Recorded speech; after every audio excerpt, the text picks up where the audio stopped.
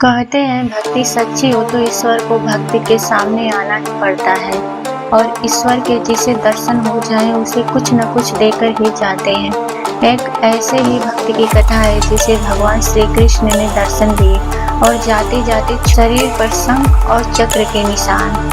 यह कथा है आमिर नरेश पृथ्वीराज के स्वामी। एक बार इनके गुरु पयोहारी जी द्वारिका जी यात्रा पर जाने लगे तो पृथ्वीराज भी द्वारिका जाने की तैयारी करने द्वारिका इन्होंने कहा कि द्वारिका जाकर शरीर पर शंख चक्र बनवाऊंगा। गुरु पयोहारी जी ने कहा कि अगर तुम राज्य छोड़कर चले जाओगे तो राज्य में अव्यवस्था फैल जाएगी, धर्म में लोगों का ध्यान हट जाएगा, इसलिए आमेर में रहकर ही कृष्ण की भक्ति करो। गुरु की बात मानकर आमेर में ही रह गए, लेकिन इनका ध्यान द्वारिकाधीश में ही लगा रहा।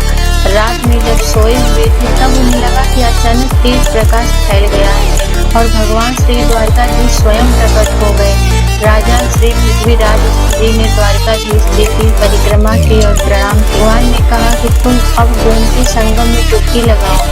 राजा को लगा कि अब वह गोमती तट पर पहुंच गए हैं और गोमती में डुबकी लगा रहे हैं। सुबह जब राजा महल से बाहर नहीं निकले तो रानी उनके शयन कक्ष में पहुंची।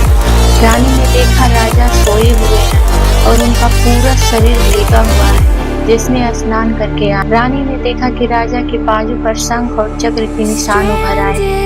राजा की नींद खुली तो वह भी इस चमत्कार को देखकर हैरान थे। उन्हें लगा कि भगवान स्वयं इनकी इच्छा पूरी करने के लिए आए थे। इसके बाद राजा पूरी उसी तरह से कृष्ण भक्ति में लीन हो गए। दोस्तों, कहानी अच्छी लगी हो तो सब्सक्राइब, लाइक, शेयर करना